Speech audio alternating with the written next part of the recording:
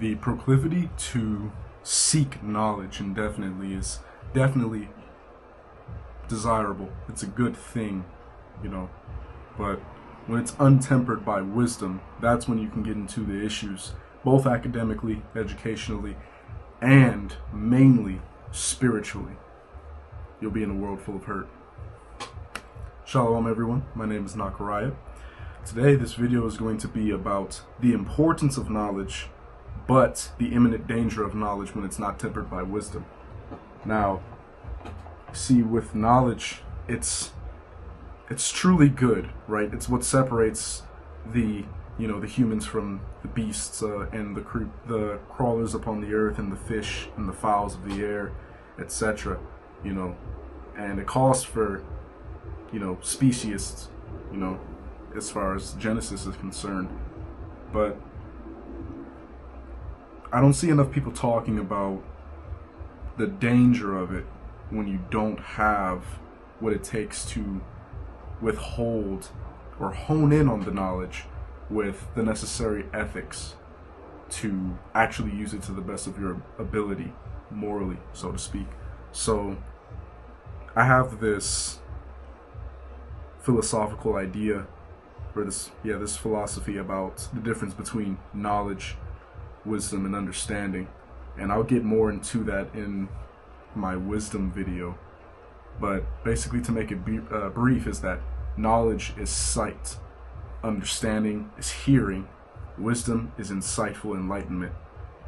Now, I'm not going to get into the definitions of wisdom and understanding on this video, but as for knowledge, the reason why knowledge is so dangerous is you can know something and you can have vast amounts of knowledge but absolutely no understanding and absolutely no wisdom. See, because with knowledge, it's like, okay, yeah, I read the book, I know it, I've read the 48 laws of power, but you don't understand anything about it. You don't understand the words and the interpretation thereof that's actually on the page. And then you don't have the wisdom to be able to apply that. So you don't understand the book, and it can no longer be made applicable to your environment and making your life a better place because you don't have the understanding and the wisdom. Application is better than knowledge, oftentimes, and especially depending on the knowledge. So you can know how to shoot a gun. That's not enough. You need to understand when it's appropriate to shoot a gun. You need to understand how deadly a gun is. Then you need to have wisdom to know when it's appropriate to actually shoot a gun. And it's the same thing with me and my father. We talked about the ethics behind the atomic bomb.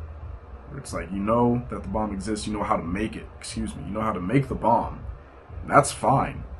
But do you understand that,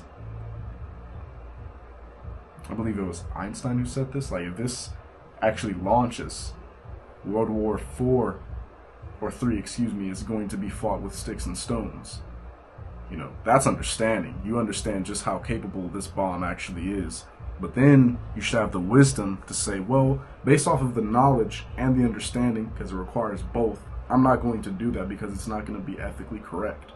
Especially not by the Most High standard, which is the only one that actually matters. The only one that's truly applicable.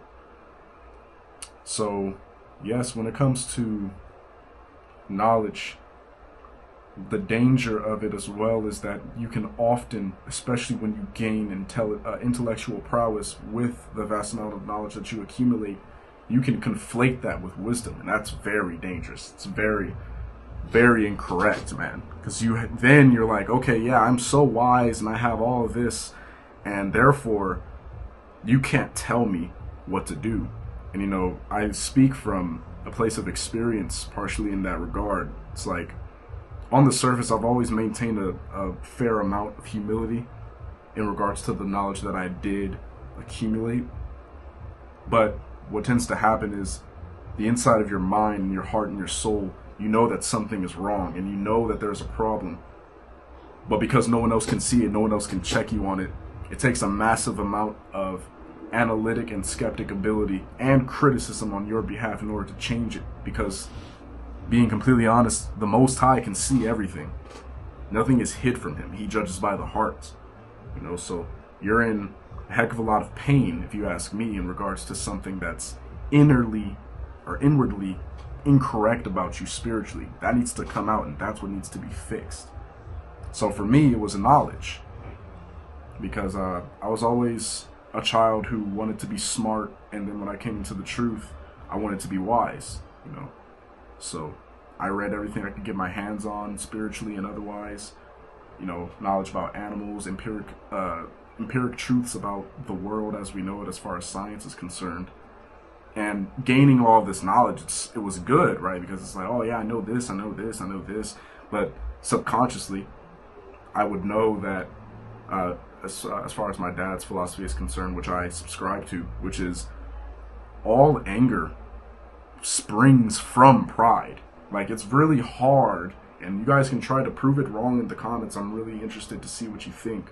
But as of what I know, you can't really have anger without pride somewhere.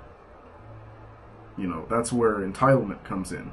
Especially when you're really smart, you know. If you're really smart, you're in a lot of trouble, man, because what intellectuals tend to do and think is like, oh, well, I know this much, and therefore you can't tell me anything. You can't give me any real criticism on this specific subject because I look at your life and I know that you're an idiot type of thing, right? It's like, well, who the heck is going to want to be around that person? Who's going to want to learn from that person? And what good is knowledge if you can't teach it, you know? So that's the issue. So when you are someone who is highly intelligent, it's very hard to be humble. And there's nothing that the Most High hates more than a proud look. Well, I probably shouldn't say hates more, but they're one of the 7 things that he hates, you know, a proud look. Because that same question could be asked of you by the Most High. It's like, if you are someone who has such high intellectual prowess and someone is arguing against your point, whatever that point may be, and you're just like, oh, well, who is this person to question me? I've done my research, I've done my homework, I know exactly what I'm talking about, and who is this peasant that's talking to me? A king, right? Most High can ask that same question of you, and the only difference is it's actually going to be valid. It's like, who are you? Like, oh, well, answer the question, you know, you're the creation. You're the creature. And it's like, well, I'm the creator, and I still value your opinion. Your opinion is going to shape your habitual tendencies, and that's going to shape your destiny. And that's what's going to determine your eternal judgment. That's how much he values the things that we do.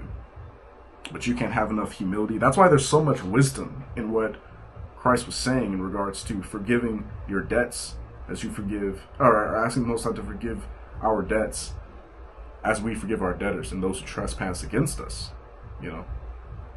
Because it takes humility. It takes grace. It takes mental gentleness and empathy. Think of it this way, for all my intellectuals who are listening to this video. I was recently talking to someone about the importance of history.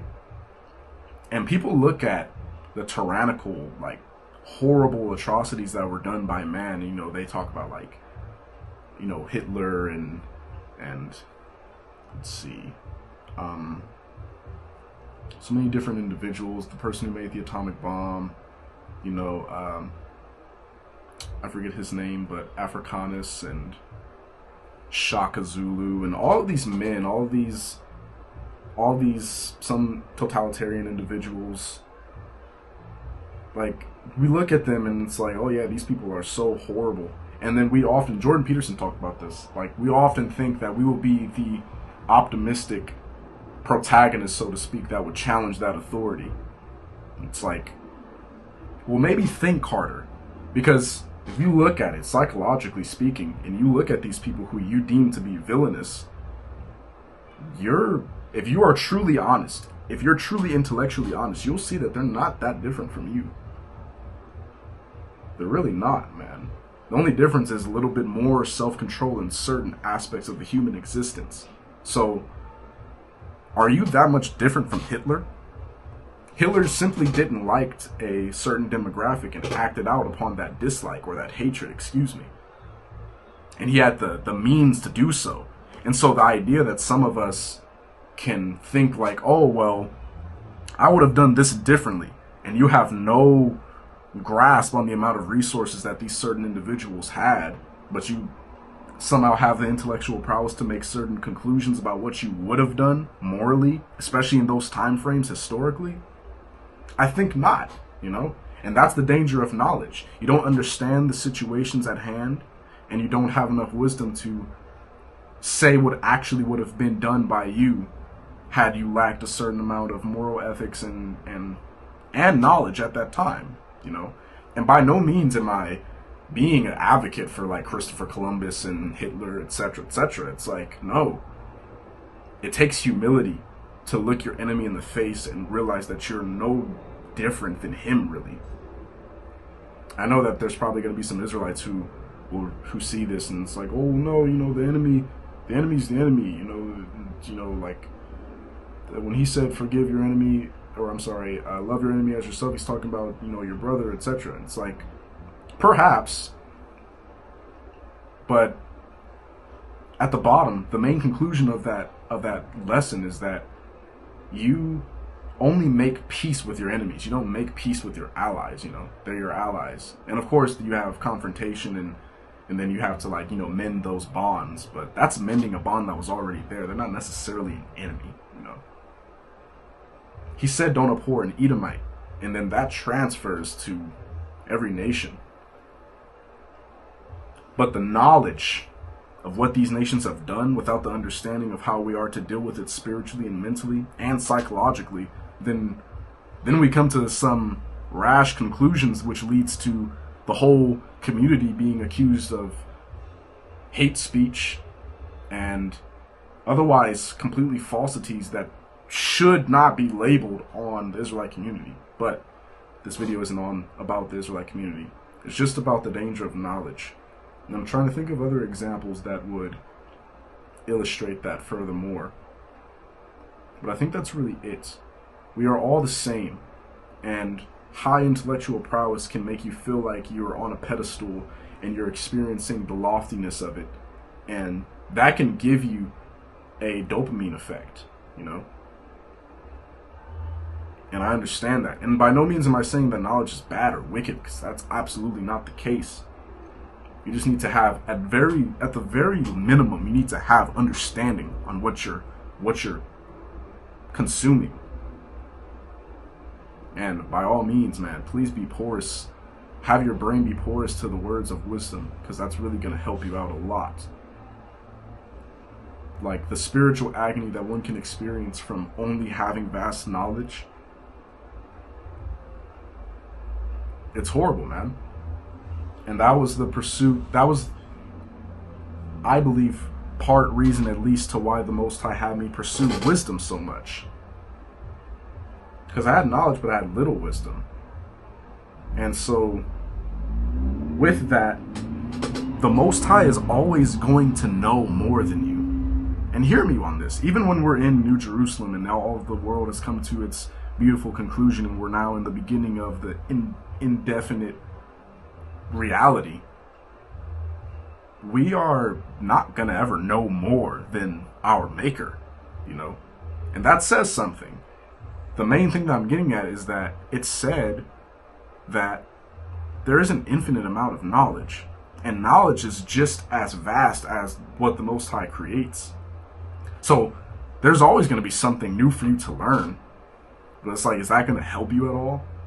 How about understanding? That helps a little bit better, because if you have an understanding heart, they tend to absorb both wisdom and knowledge alike, you know. But then, you know, the Most High is going to understand a lot more than you. Wisdom, on the other hand, and obviously the Most High will indefinitely be more, or I'm sorry, like on an infinite scale, be more wise than everyone.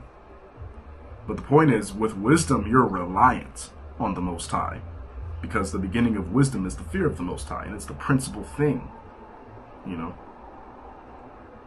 So, knowledge won't help you. Understanding based off of that knowledge can help a little bit. But wisdom is the main key, you know. Because that's when you begin to trust the Most High, trust His divine plan and structure, and realize that everything is going to be okay. We don't know how that okay is going to turn out, but it's going to be for the good, you know. But so yeah, that's the sum up of the danger of knowledge. You have to be careful, because knowledge is like wine, you know.